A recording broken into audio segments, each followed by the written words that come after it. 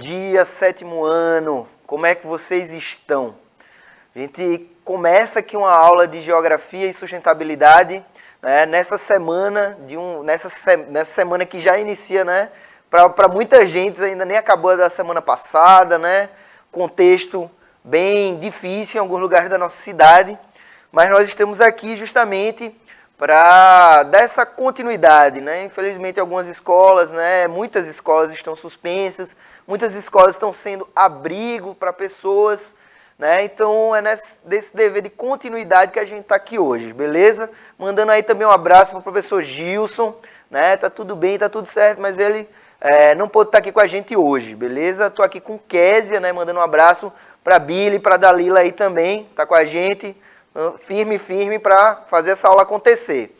Beleza, pessoal? Então, o tema da nossa aula de hoje, né, que está dentro dos assuntos que a gente trabalha em sustentabilidade, tem tudo a ver, né, com isso que a gente viveu na última semana e principalmente no último final de semana. Como é uma aula introdutória, a gente ainda vai falar de coisas mais detalhadas, né, mas a gente vai começar a falar, né, sobre a questão dos morros, né, para a sustentabilidade, né, para a geografia e para a sustentabilidade, e também a divisão regional do Brasil em geografia. Lembrando, né, que como vocês estão em casa hoje, vale a pena, né, quem ainda não baixou, fazer o download do aplicativo aqui, ó, nesse QR Code aqui, né, fazer o download do aplicativo Educa Recife, né, vai levar você para a Play Store ou para Apple Store, tá?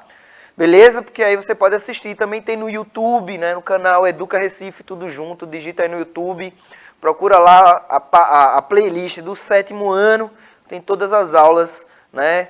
Manda pra gente aí um comentário. Curte, manda pros coleguinhas. Beleza, pessoal? Então, começa essa aula aí desejando força para as famílias, né? Desejando aí que todo mundo esteja bem na medida do possível, tá? Vejam só, a palavra morro significa o que para você, né? Então, tem muitos bairros aqui da cidade, né, que são conhecidos como região de morro, né? Então, essa palavra ela remete diretamente a algumas coisas, né? Por exemplo, eu tenho aqui duas imagens, né, que tem aí esse contraste.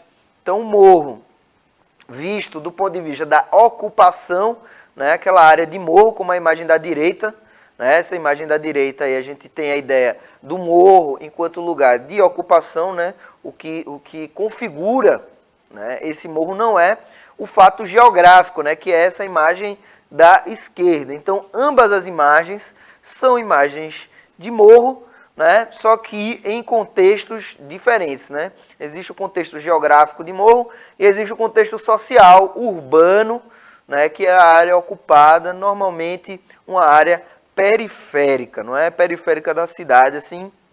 No caso de Recife, a periferia é justamente a zona que está no limite, né, que está ali afastada do centro e é uma área que é conhecida, né, pela região de formação de morros. Então a gente vai trabalhar isso aí e entender, né, esses fenômenos que aconteceram atualmente, né, aqui na nossa cidade. Então vamos para o conceito, né, vamos conceituar morro.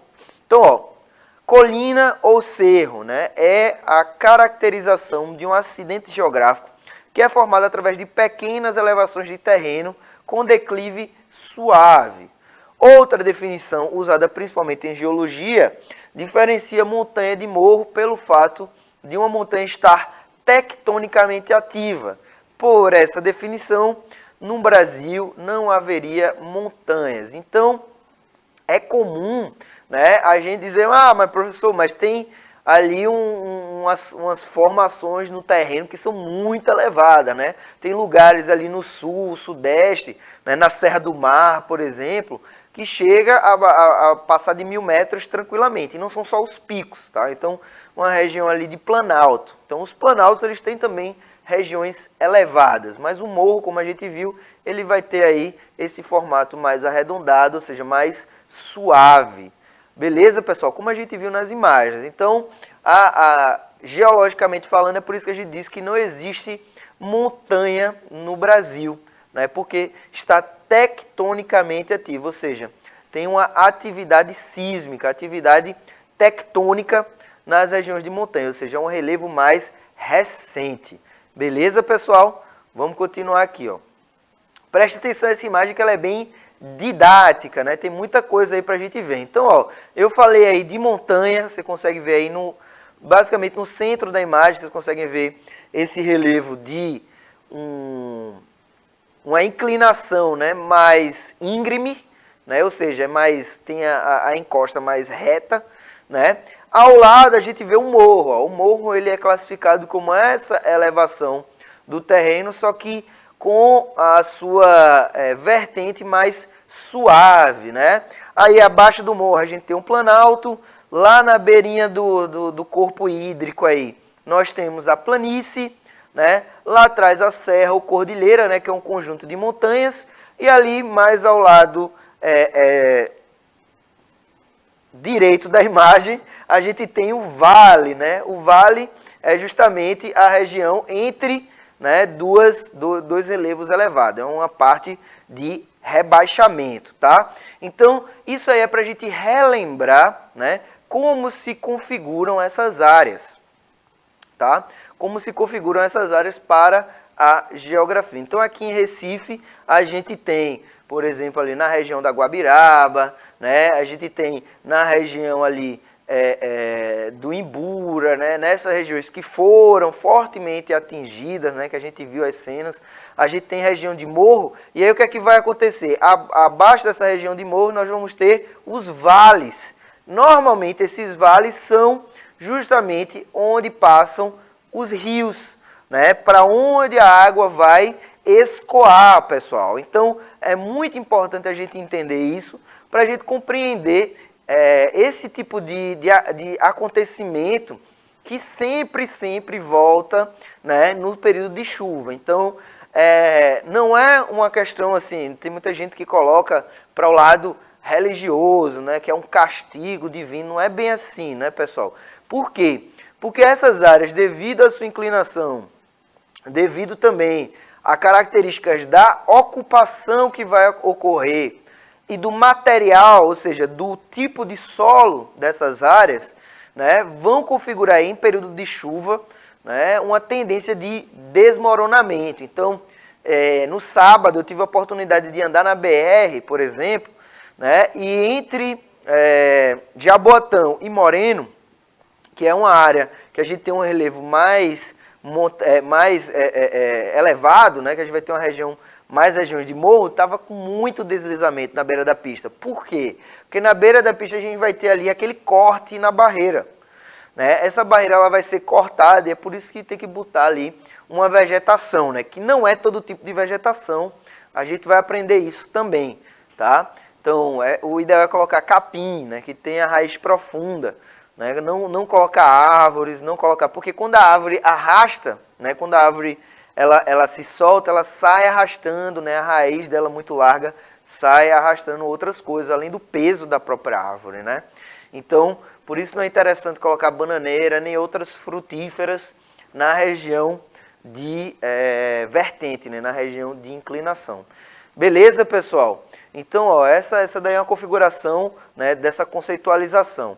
Agora, continuando aqui, ó, a gente tem no Brasil, né, e daqui a pouco a gente vai falar da organização, do mapa, né, do território brasileiro.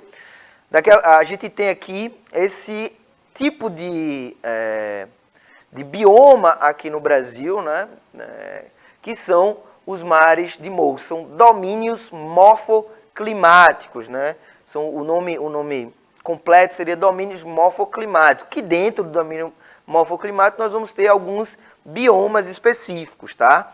Então, o domínio morfoclimático é a classificação maior, e os biomas, no caso aí dos mares de morro, nós vamos ter, por exemplo, a região litorânea, né, que tem a vegetação de Mata Atlântica. Nós vamos ter também as áreas planálticas, como a Serra do Mar, por exemplo, tá? Então, dentro dessas configurações geológicas, né, e geomorfológicas, nós vamos ter também biomas, tá? Então, como eu falei para vocês, na região sudeste nós vamos ter uma área chamada região de mares de morro, né, que é uma área planáltica, né, onde é comum observarmos, tá, essa imagem que chega aí na tela para vocês. Então vamos dar uma analisada nessa imagem aqui, ó. Então a gente consegue perceber, né, ao centro da imagem, se você observar desde lá do horizonte até o ponto mais próximo, né, o ponto de observação, né, que de onde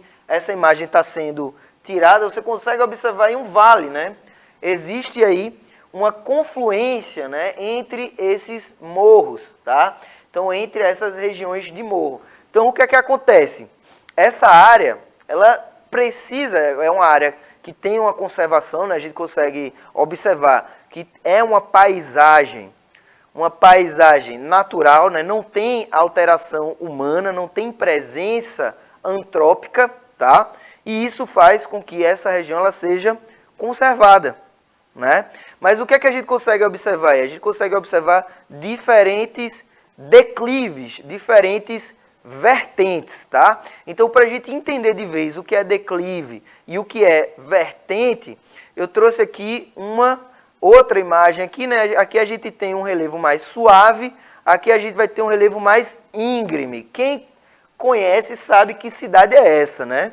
Essa cidade é a cidade do Rio de Janeiro, né, pessoal? Que é conhecido por esses relevos aí, né, que são de rocha matriz, chamados pão de açúcar, tá? Pão de açúcar é esse tipo de relevo residual, né? Um relevo que restou ali pela rocha ser mais resistente. Então, vai colocar na imagem de novo aí para vocês, que nessa imagem já vai observar algumas ocupações, né? Ocupações humanas, né? Então, tem áreas aí, ali no meio a gente vê o Cristo Redentor, bem pequenininho, né? Então, tem áreas aí de ocupação, tá?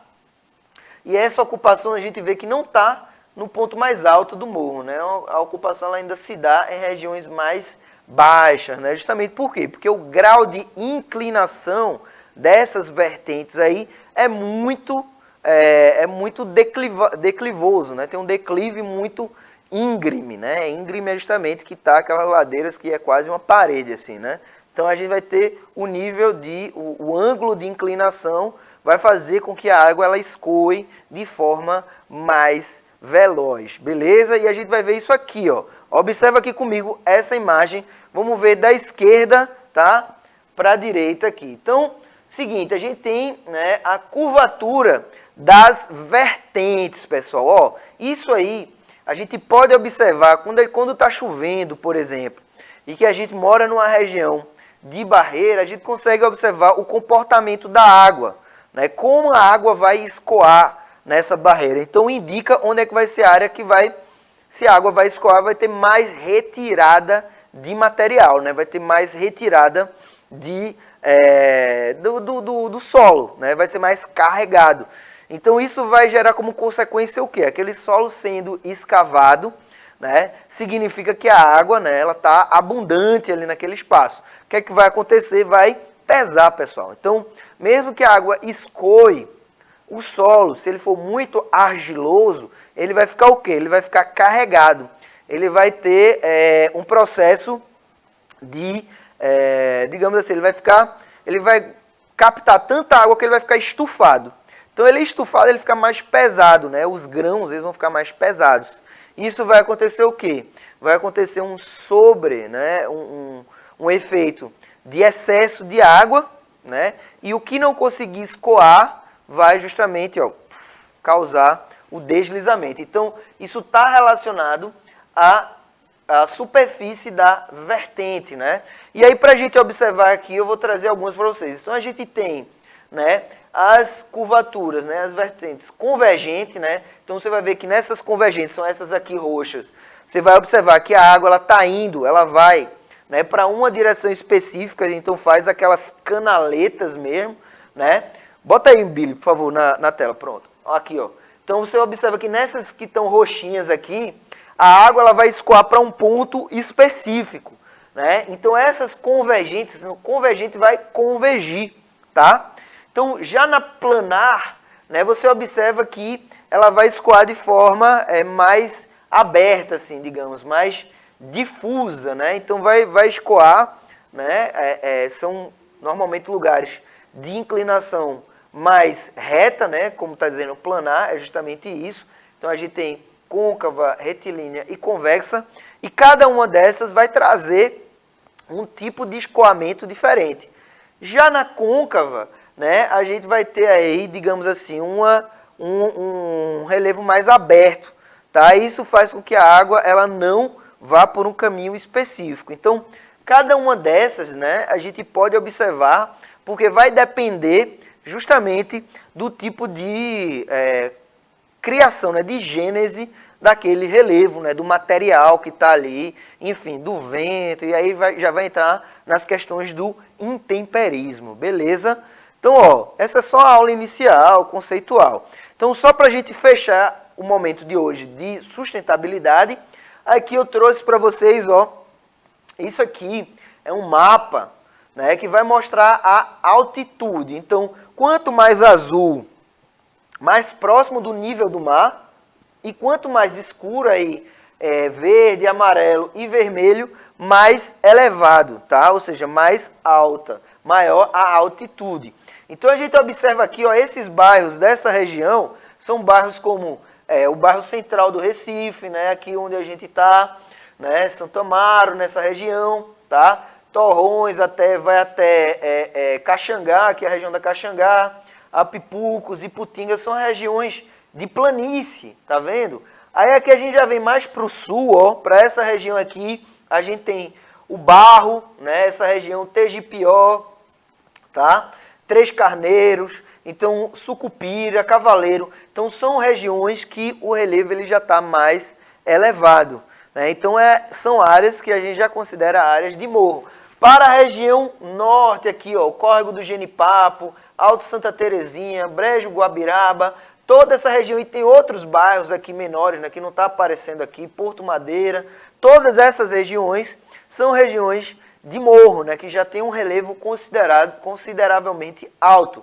Então aqui eu trouxe uma que vai mostrar os setores bem mais altos, aqui aí já puxando para a região metropolitana, né, para Abreu e Lima, Caetés ali, Jardim Caetés, Alto Bela Vista, para Miroeira, né, em Paulista e Olinda, né, que tem uma divisa aí, tá entendendo? Então veja, essa região que está muito mais alta aqui, né, essa que está vermelha, são as regiões já de São Lourenço, né, já é aldeia, tá? Então aqui ó, a Guabiraba que é em Recife, então veja que como é que se configura, né, esse relevo da nossa cidade, né? Então, a partir disso, a gente vê, então meu bairro está localizado em tal região, em outra região. Beleza, pessoal? Como eu disse, é uma aula introdutória, a gente vai aprofundar isso aí, vai ver os tipos de ocupação e por aí vai, né? E as consequências disso. Em geografia, né, a gente vai começar com a reflexão aqui, ó. O Brasil sempre possuiu esse formato de hoje, né? Esse formato que a gente vê aqui à direita.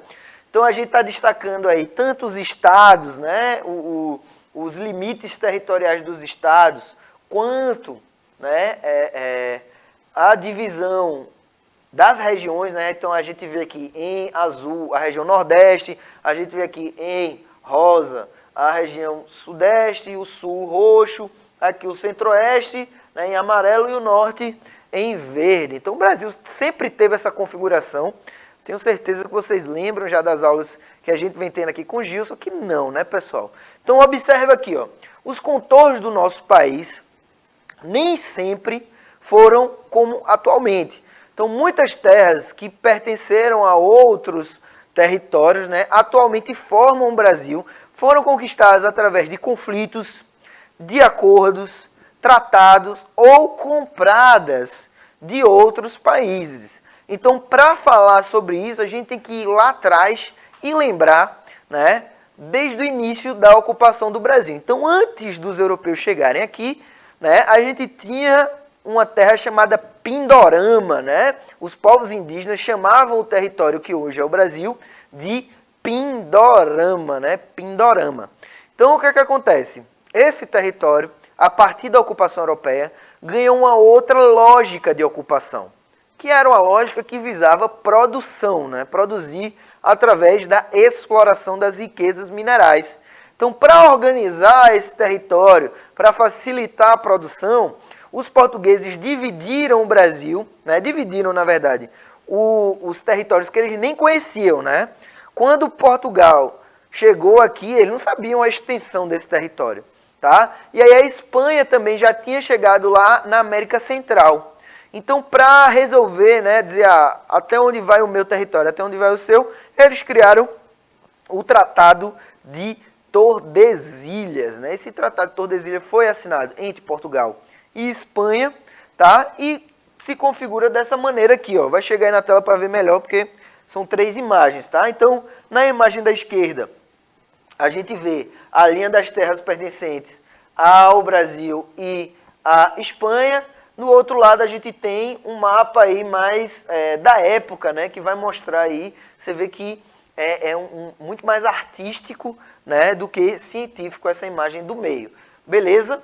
Então, ó, seguindo aqui, nós temos a divisão das capitanias, né? Então a gente tem a capitania do Pará lá em cima, Maranhão, Piauí, Rio Grande, Itamaracá, veja só, Itamaracá era uma capitania específica, a capitania de Pernambuco, da Bahia, Ilhéus, que hoje em dia é parte da Bahia, Porto Seguro, que também é parte da Bahia, Espírito Santo, São Tomé, São Vicente, que foi onde começou São Paulo, tá? E por aí vai. E a outra São Vicente lá de baixo, ambas eram, essas 3 aí, São Vicente, Santo Amaro e São Vicente ali de baixo, ambas eram, todas eram do mesmo donatário. Esse nome aí do lado são as pessoas que são os donatários. Então, essa divisão do território, ela visava facilitar a exploração. Então, você tinha o donatário, que era uma pessoa de Portugal, e você ia ter isso, as divisões iam ser as sesmarias, né? Os sesmeiros, que eram pessoas próximas desse donatário.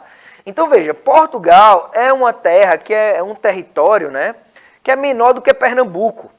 E eles queriam ocupar todo esse espaço aqui. Consegue compreender? Então, para isso, eles precisavam dividir e sair doando terra, né? Então, eles doavam terra, eles mandavam pessoas para cá para cumprir penas, né? Algumas pessoas que tinham cometido algum crime vinha para cá, se você conseguir sobreviver lá, você é uma pessoa livre. E por aí vai, mas não podia voltar para Portugal. Beleza? Então, era uma espécie de exílio. Então, ó, continuando aqui, ó. A formação do território brasileiro foi sendo modificada com o decorrer do tempo. Vários estágios da federação foram criados e outros divididos. Então, o Brasil, né, nos seus 522 anos de história, vai passar por diferentes momentos, né, por diferentes intencionalidades, diferentes governos, tá? E cada governo desse via o território e tinha uma forma diferente de organizar esse território. Não é? Então, à medida em que também vai se descobrindo, os ciclos econômicos vão acontecendo, vai mudar também a lógica de ocupação, né? Por exemplo, a capital do Brasil, quando o ciclo do açúcar estava no Nordeste, era justamente a Bahia. Já quando a gente passa para mineração, essa capital vai passar para o Rio de Janeiro, porque a mineração acontecia ali no Sudeste, em Minas Gerais. Né? Então, as diferentes atividades econômicas vão determinar a ocupação do território. Conseguem compreender isso? E território é justamente a área em que a gente tem posse. Tá? Então, quando fala de território, de mudança de território, a gente vai ter uma mudança de quem é dono, a quem possui aquele território, mudando também as fronteiras, né? Que são as regiões limítrofes, beleza? Olha o exemplo aqui de Pernambuco, ó, preste atenção. Pernambuco já teve essa extensão aqui, ó. Veja aí. Né? Pernambuco, fazia parte de Pernambuco a comarca de Alagoas, né? Todo o estado de Alagoas, e aí pegando aqui parte da Bahia até ali, que era chamada comarca de São Francisco. Por quê, pessoal? Esse formato aí é o formato justamente da bacia do rio São Francisco.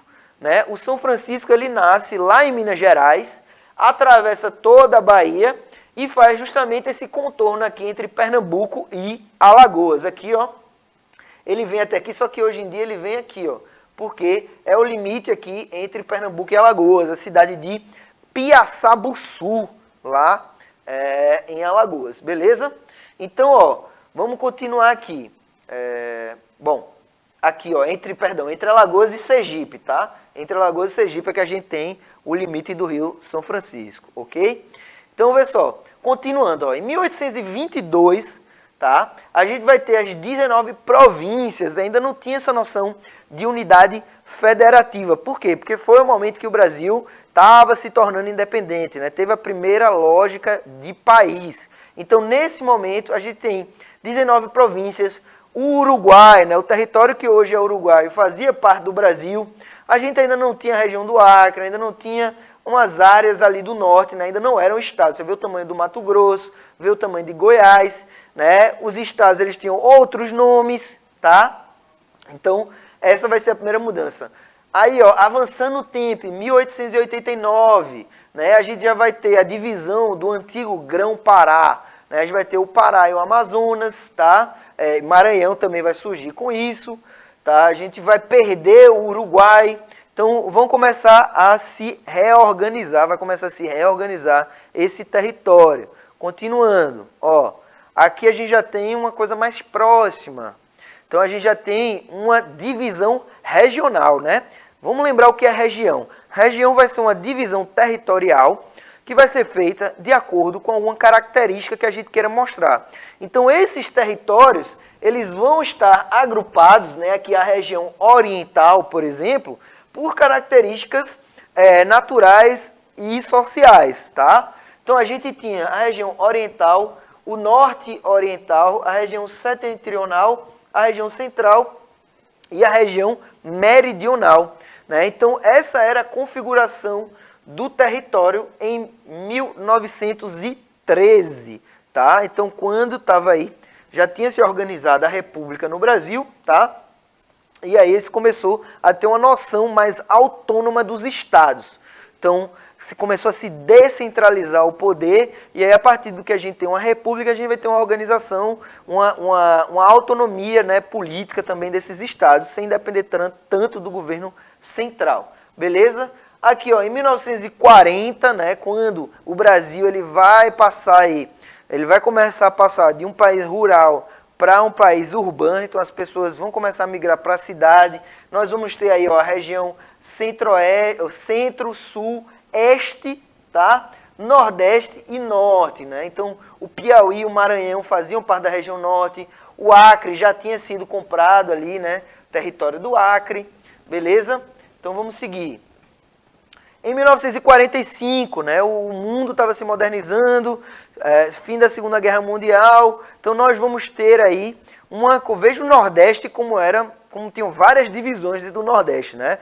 Então a gente tinha o Leste Setentrional, o Leste Meridional, Nordeste Ocidental, Nordeste Oriental, Norte, Centro-Oeste e Sul.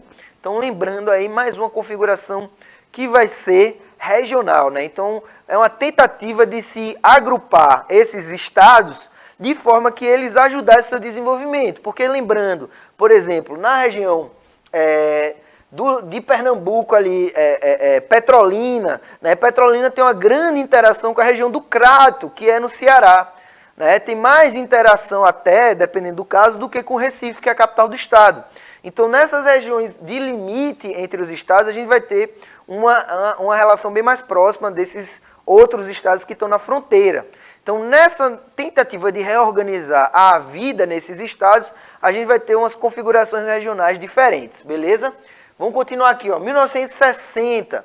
Então, o país, né, a gente tem a criação de Brasília, né, então a última transferência da capital do país, eu falei para vocês que a capital já foi na Bahia, né, já foi no Rio de Janeiro até 1960, que era o estado da Guanabara, né? O Rio de Janeiro ele só vai virar um estado unificado depois.